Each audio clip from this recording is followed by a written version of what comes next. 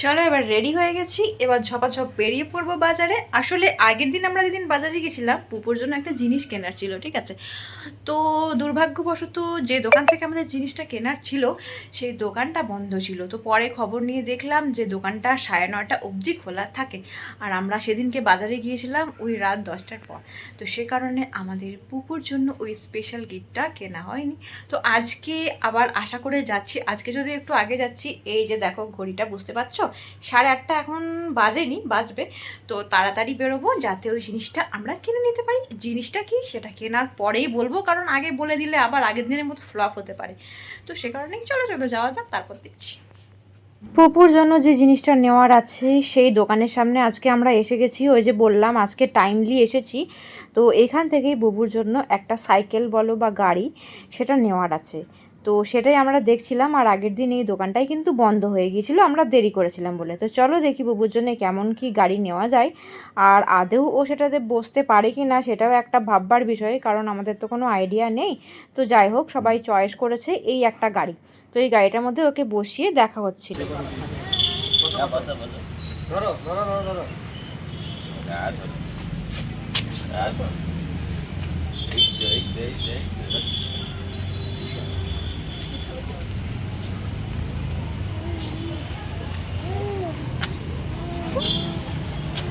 ফাঁকাগুলো ইয়ে নয়, সরে যায় তো এদিকে না না।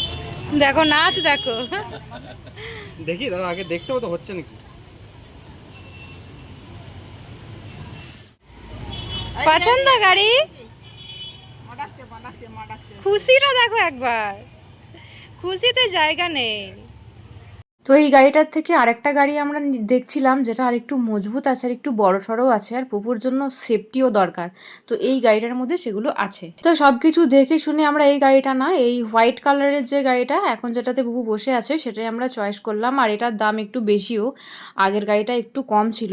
তো বেশি হলেও এটাই আমাদের পছন্দ হয়েছে। আর বুবুও দেখো বসে পড়েছে, ও কিন্তু একটুও ভয় করেনি। শ্বশুরমশাই ভাবছিল ও এই গাড়িগুলোর মধ্যে উঠতে ভয় করবে হয়তো, আর এটার মধ্যে একটা সেফটি বেলও আছে, সেজন্য পছন্দ হলো।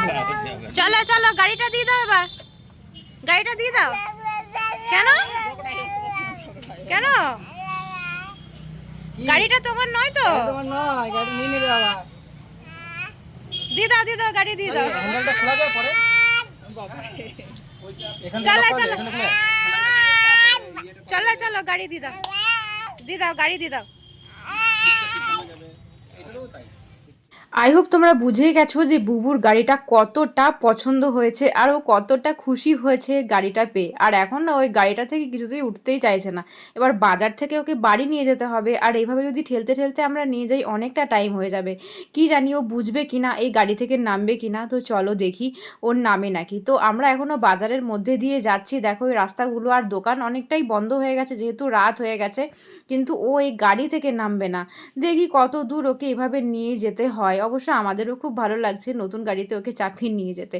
তো বুবুর এই গাড়িটা কেমন হয়েছে কমেন্ট করে জানিও কিন্তু, আর ভিডিও ভালো লাগলে অবশ্যই লাইক করে দেবে। তো কিছু দূর যাওয়ার পর আমরা বুবুকে বুঝিয়ে সুঝিয়ে কোলে নিতে পেরেছিলাম, আর গাড়িটা ঠেলে ঠেলে নিয়ে এসেছিলাম। আর এই যে দেখো বাড়িতে এসে যে গামলাটা দেখতে পাচ্ছ, এই গামলাটা কিন্তু বাবা কিনেছে।